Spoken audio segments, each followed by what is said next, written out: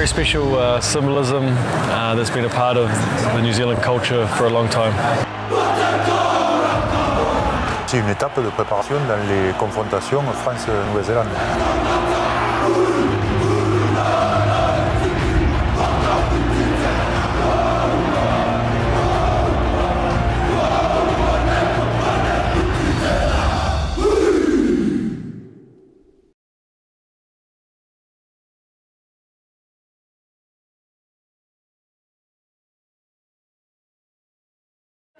Est-ce que tu penses qu'il faudrait faire quelque chose pour le match d'ouverture contre les All Blacks en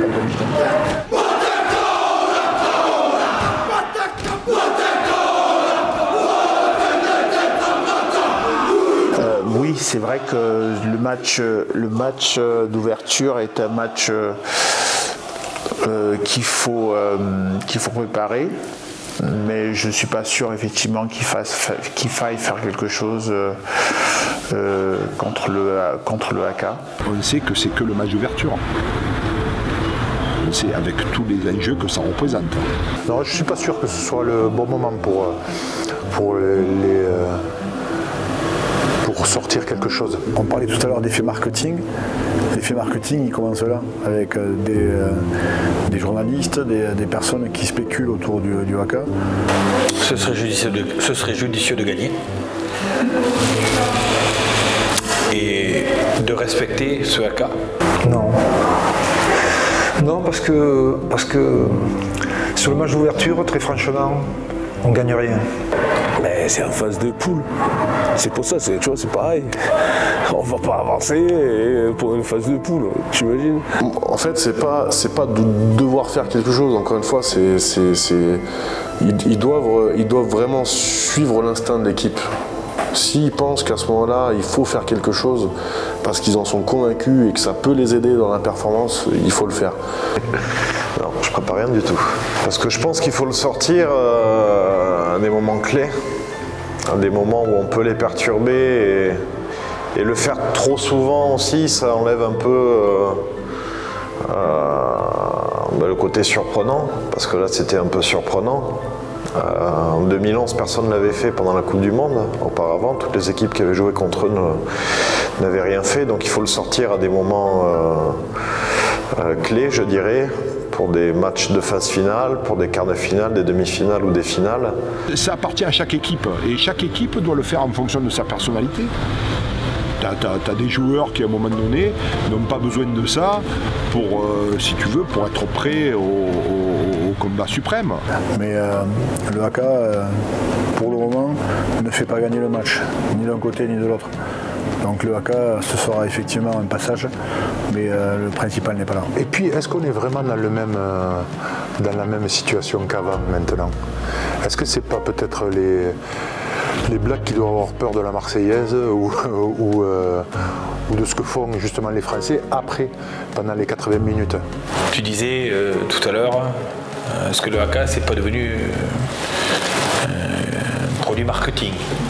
Et est-ce qu'une réponse c'est pas devenu aussi, pas du marketing mais du déjà vu, enfin une réponse, une réaction? Ok, on se met en rang, on se met en face, et puis on se met en rond, on se fait n'importe quoi, on respecte, on se dit ok, faites votre danse, on s'explique après. C'est la meilleure des réponses. Le pire serait de s'obliger à faire quelque chose parce que tu as eu 2 générations ou 3 générations avant qui l'ont fait et ça a un peu marché. Donc je pense qu'il faut, qu'ils restent tranquilles dans leur préparation et s'ils ont besoin et qu'ils ressentent à ce moment-là, ça va venir naturellement, donc je suis pas inquiet. Il y a déjà le poids de l'événement, c'est le match d'ouverture c'est ça, hein, c'est le match d'ouverture de la Coupe du Monde en France. Je me souviens encore de ce qui s'était passé pour l'équipe de France contre l'Argentine avec la lettre de Guy Moquet lue par Poitrenaud. En fait, pour moi, c'était déjà c'est trop d'émotions pour des joueurs, c'est trop d'affectifs. Pour avoir vécu la préparation de la finale 87 où on parlait de nos familles et on avait tous nos propres histoires, nos fragilités. Et moi, je sais que ça m'avait pas du tout aidé dans la préparation, mais au contraire, ça m'avait fragilisé avant d'attaquer ce match. Et il y a déjà ce sont des matchs déjà chargés d'émotions. Les joueurs vont en entendre parler depuis des mois. Ils en entendent déjà parler, quoi, des mois mois, voire des années. On leur donne déjà un statut de favori de la Coupe du Monde. Non, ça va être... Non, s'ils font quelque chose, c'est eux qui le décident, c'est eux qui auront envie de lancer un défi. Mais c'est pas le staff, quoi. C'est les joueurs qui ont envie de lancer leur Coupe du Monde de cette manière-là et de montrer que oui, ils veulent être les patrons de cette Coupe du Monde. Tu en as auxquels ça va faire du bien. Et donc c'est à eux, en fonction de leur composition et de la façon dont ils le ressentent. Voilà, alors après tu auras toujours des intellos qui vont t'expliquer qu'il ne faut pas le faire parce qu'ils vont dépenser de l'énergie pour rien. Ça. Moi, j'y crois pas beaucoup. Ils vont plutôt en engranger de l'énergie. Je pense, vu qu'ils sont faits en 2007 et en 2011, pourquoi ils sont pas faits en 2003, tu vois ce que je veux dire, mais je sais pas, on verra bien. Je pense que c'est pas plus important si on pense de ça que si on soulève des trophées à la fin, je pense. Ça va être plus important. Faire le contre AK, pas forcément à ce moment-là, mais je pense qu'il faut gagner tous les matchs. Ça c'est si l'équipe pense c'est une bonne idée, on fait quelque chose de spécial, mais sinon c'est important, c'est juste l'idée de l'équipe, pas moi. Je pense qu'aujourd'hui ils écrivent leur propre histoire avec leurs propres joueurs, leur propre groupe, donc c'est encore une fois c'est un ressenti aussi personnel mais aussi collectif. Quel choix de AK ils vont faire eux? Parce que ça aussi, ça dénote de certaines choses chez eux. Quel choix de AK, quelle intensité ils vont y mettre, ça, on verra le premier jour de la Coupe du Monde. Mais j'aimerais bien qu'on en vive un autre, en tout cas pour la finale. Et là peut-être qu'on se lâche un peu. Ouais. La finale, c'est pas pareil. C'est pas le match d'ouverture. Là, il n'y a pas de cadeau. Ils nous ont baisé une fois, il ne faut pas qu'on se fasse deux fois. C'était chez eux, là, ça serait chez nous. J'ai eu une conversation avec Fabien Galtier la dernière fois, parce que j'étais à Marcoussis pour leur montrer le film et tout. Et je lui ai dit, écoute, de toutes les réactions, je sais pas, si jamais vous faites la finale, et si vous êtes en finale, si jamais vous êtes en finale, je te propose une idée, c'est au moment où il y a le AK, c'est de former un chœur. Devant, tu vois, avec tout le staff, pour dire on vous oppose de l'amour, parce qu'on vous respecte, on vous aime, mais nous, on a décidé qu'on allait s'aimer entre nous pour vous battre, enfin, tu vois, il y a une symbolique. Et il m'a dit, ça c'est beau ça. Il m'a dit, je garde l'idée, on verra. Ça serait beau. Oui. Un message pour l'équipe de France. Bon courage. J'espère une belle compétition pour l'équipe de France, mais juste un match contre le All Black tranquille, s'il vous plaît. Pour le final, l'équipe de France contre les All Blacks, mais j'espère que c'est une gagnée pour le Black. On a les moyens en tout cas de le faire, donc c'est juste jouer le meilleur, chacun donne le meilleur et surtout c'est pas avoir de regrets, moi je pense, c'est surtout ça au bout. Voilà. On a le droit de perdre un match, mais quand on perd contre plus fort, c'est pas quand on perd parce qu'on n'a pas eu toutes les armes, on ne s'est pas donné les moyens de gagner. Donc voilà, c'est plus ça, j'ai confiance, une confiance totale en ce groupe parce que je pense qu'il peut arriver à maturité et en tout cas il est capable de le faire, quoi. Ça c'est sûr. Oh no, I watched him the best. I'm going to be a really keen supporter of a lot of the Toulouse players whenever they're playing in the World Cup. It's just I'll be a little bit stuck on both sides when they play the All Blacks, but definitely support each and every one of my Toulouse boys when they wear le bleu. Depuis 2 ans, là, ils m'impressionnent par leur comportement, par leur métier, par leur certitude, par leur engagement, par leur maîtrise. Ils sont vraiment, je les trouve très forts. Même s'ils sont jeunes, mais je crois qu'ils sont élevés aujourd'hui à la mamelle du professionnalisme et qu'à gérer ces situations de stress, de défis, de moments difficiles, quelquefois, des situations critiques dans un match, ils ont les capacités de le faire. Qui prennent du plaisir de se préparer à tout, parce qu'une Coupe du Monde, on l'a vu au foot, on le voit dans le rugby, il y a toujours des choses qui ne sont pas écrites dans le scénario au départ, il y a toujours des choses extraordinaires qui arrivent. De profiter du moment, parce que ça va être magnifique pour un joueur de vivre une Coupe du Monde en France, sachant que l'équipe de France est en pleine renaissance, en pleine maturité en plus, avec des joueurs remarquables, des joueurs humbles, des joueurs qui sont attachants, des joueurs de qualité. On n'a jamais levé ce trophée, donc pour l'histoire de l'équipe de France, de notre pays, de notre maillot, on va leur souhaiter qu'ils soulèvent ce trophée Webb Ellis au Stade de France. On sera tous très heureux pour eux. The French team are going to be very tough. They're a very good team. They've shown that over the last few years. You know, one of the best teams in the world. So with their forward pack and with Eldred at number 8, I think he's fantastic number 8. I really enjoy how he plays. Obviously Dupont, Intermac, a very good spine for France. So look, they've got a great chance in the World Cup. They're very tough at home with all your fans supporting you and the pressure. So we'll see how it goes. Une mission incroyable, c'est de faire de ce grand pays, de cette nation, de ce grand pays du rugby, enfin une nation championne du monde. Voilà ce que moi j'attends d'eux. Alors, ça peut paraître déplacé, mais réellement c'est ce qui fait avancer tous les gens qui ont porté ce maillot. Tu sais, moi je suis sorti, je suis passé à côté de la Coupe du Monde. Tu te dis putain, pendant 80 minutes, il faut que je ferraille, peut-être je peux regarder la planète d'en haut. Eh ben, pour l'instant on ne l'a pas eu. Et eux, ils ont le talent, ils ont tout pour l'avoir, et voilà ce que je leur dirais. Faites-le bien sûr pour vous, mais aussi un peu pour ce pays formidable. Moi, le message que je veux leur adresser, c'est de vivre pleinement cet événement, de prendre beaucoup de plaisir, ça c'est clair et net, parce que sans le plaisir, il n'y a rien. Ils ont beaucoup de chance de pouvoir le faire en France, voilà, dans un pays aujourd'hui qui, grâce à eux, est en train de devenir vraiment un pays de rugby et où on est en train d'attirer de plus en plus de gens.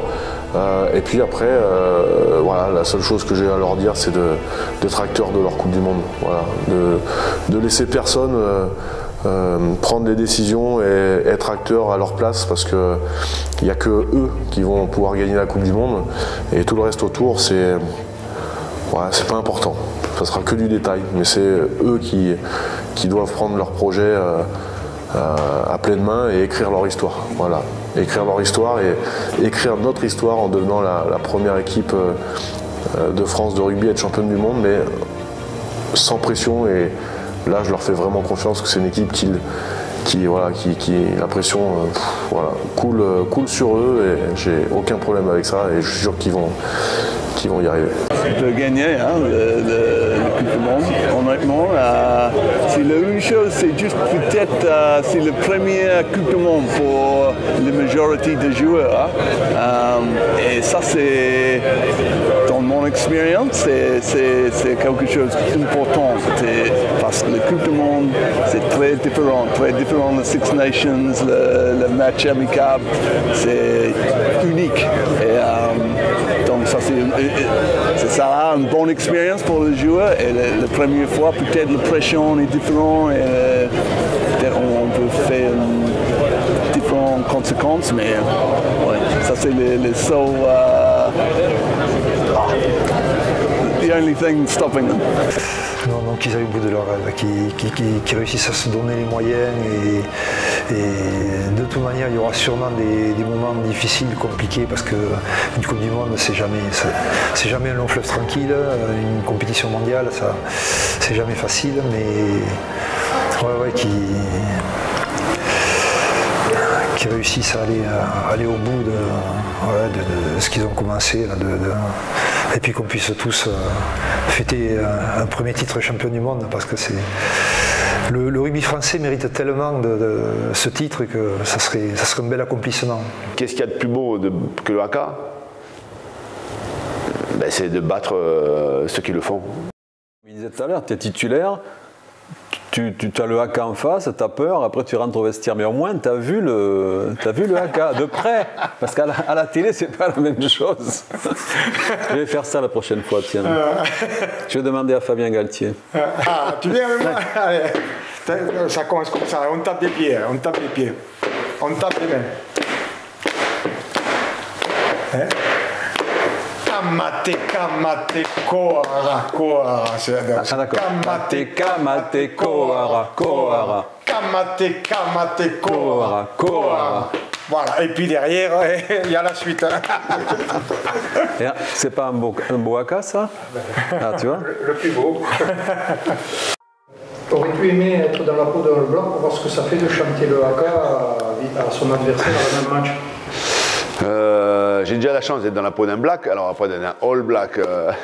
Pascal Papé, quand il y a eu des idées qui ont été émises, il s'est dit pourquoi on ne ferait pas la danse des canards? Quel est le seul con qui a dit ça? Mais le haka, le chanter avec les copains, la famille, de faire des choses. Oh, on l'a tous fait, oui, je crois, on l'a tous fait. Montrer juste dans le domaine du sport, se dire voilà, là on représente la patrie, on va être fier, on va se dresser, mais on n'a pas ça, encore une fois. Après, c'est pas de faire n'importe quoi. Souvent je dis on va pas faire un French cancan ou pour montrer qu'on a aussi une danse à nous. J'ai adoré pouvoir parler de ce sport magnifique.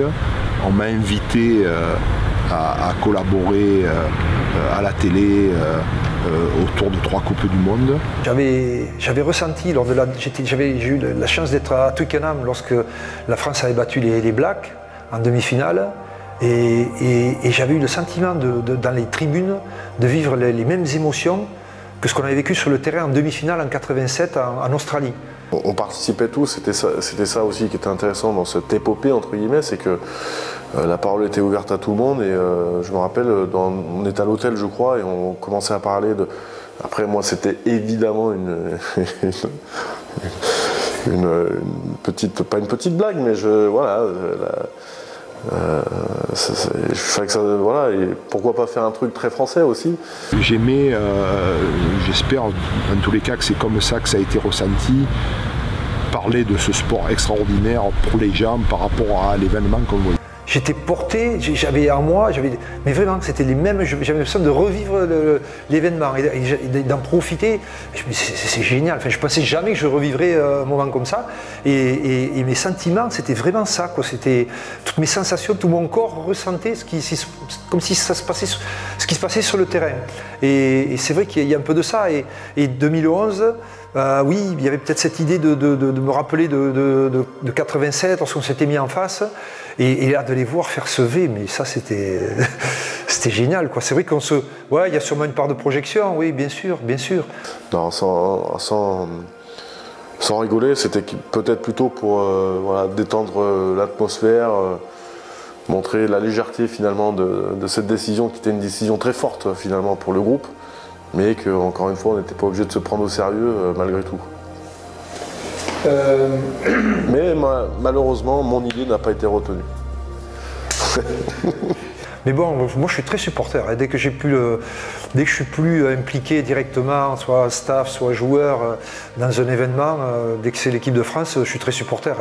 Je râle après l'arbitre, je supporte les joueurs, je râle après le joueur qui rate un coup. Il y a un match avec les Néo-Zélandais, je ne peux pas arriver au coup d'envoi. Il faut qu'il y ait... De toute façon, c'est les hymnes, cette tradition du haka, ça fait partie de la rencontre. Le match il commence avant le coup d'envoi. À la fin de cette collaboration, quand il y avait un match des All Blacks, il y avait le haka, et après il y avait la pub. J'ai rien à dire, moi je n'étais que consultant, collaborateur. Je vivais ça, c'est mal.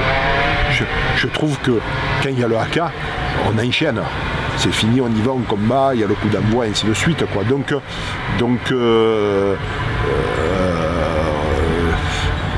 le haka c'est la messe quoi. Le haka c'est la messe. Après le curé il siffle le truc et on y va quoi. On ne fait pas des chants, hein. On ne se la raconte pas. Il faut demander à ceux qui m'ont vu le faire. Non, je ne l'ai pas fait réellement en plus. Parce que j'ai pas envie de te le faire maintenant, c'est pour ça aussi. Mais ça ressemble un peu à... tu vois, un truc comme ça quoi. Ça tombe bien. En fait, on avait un groupe avec beaucoup de caractère. Malgré toutes les critiques du jeu pourri qu'on faisait, de la façon dont ça s'était passé, ben, nous on était contents d'être en demi. Donc la Coupe du Monde était quelque part réussie. Après la réception en Irlande, on décide d'aller dans notre salle de vie et d'aller boire un coup ensemble. On boit quelques bières, on boit quelques coups, tout ça. Et à un moment donné, la connerie nous prend, donc Domi, je crois, Domi Garba et moi. Je crois qu'il y avait l'autre, je ne sais plus. Mais en tout cas, les trois, c'est sûr. Et on avait envie de se moquer des entraîneurs. Donc Pierre Villepreux qui avait un feu sur la langue. Jean-Claude Scrella qui faisait des gestes obscènes sans le vouloir. C'était premièrement, deuxièmement et troisièmement. Et non, troisièmement, ça va pas Jean-Claude, c'est pas bon. Et Joe Mazzo qui était toujours, qui était manager à l'époque, toujours consensuel et qui parlait comme ça. Donc voilà. Et à chaque fois, avant de faire les imitations, on était tous les joueurs, avant de faire les imitations, comme on allait jouer contre le Black et je l'ai dit tout à l'heure qu'on avait la trouille, mais pour lancer le spectacle, comme quand on est des gamins, hein, on a tous eu des gamins, on va vous faire le spectacle, et tout le monde assis. Et on faisait le début du haka. Voilà. Et après on se moquait, il y avait Max Godemé aussi, donc on se moquait de Max, et puis on refaisait et puis ça passait, et puis en fait il y a eu 4 débuts de haka pour 4 séquences de moquerie sur les entraîneurs. Arrivé aux Champs-Élysées, ou sur le champ de Mars, là les joueurs, Richard, haka, machin. Et en fait il y a une belle photo où on est tous comme ça, et aucunement de ma part c'était pour se moquer, c'est juste pour rappeler notre état d'esprit de groupe qu'on avait créé après le quart de finale, parce qu'en fait on était mort de trouille de jouer contre le All Black qui nous avait mis 52 points 2 mois auparavant, et voilà, donc la vérité elle est rétablie. J'ai passé ma carrière à vivre ça. Dourte Seco, Dourte est trop con, il est méchant, machin, mais c'est pas grave. Les gens ne connaissent pas, donc ils se permettent de parler. Et alors, heureusement qu'il n'y avait pas les réseaux sociaux à l'époque, parce que qu'est-ce que ça aurait été avec ces réseaux sociaux malsains où certaines personnes ont des couilles qui leur poussent derrière un écran. Voilà, moi j'ai pas honte de le dire, se permettre de critiquer les gens sans connaître, de prendre des a priori sans savoir, sans réfléchir. Donc voilà, c'est la vie elle est faite de ça maintenant. Et à l'époque c'était exactement pareil, sauf que c'était par médias interposés ou par commentaires. Voilà. Mais aucunement de ma part il y avait un manque de respect, loin de là.